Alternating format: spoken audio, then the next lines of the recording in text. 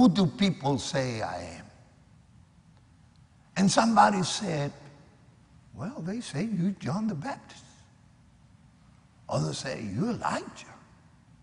You're Jeremiah, one of the prophets. Notice this is what the people were saying. And they were saying that because they did not have a revelation of the divine. That's the reason. But then he turns around the question and he asks his disciples, who do you say I am? Who do you say I am? And Peter seems to be always the first one to open his mouth, said, you are the Christ, the Son of the living God.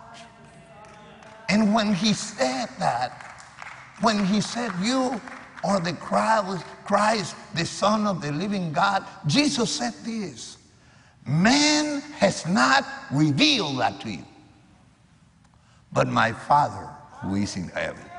Father, reveal the divine to you.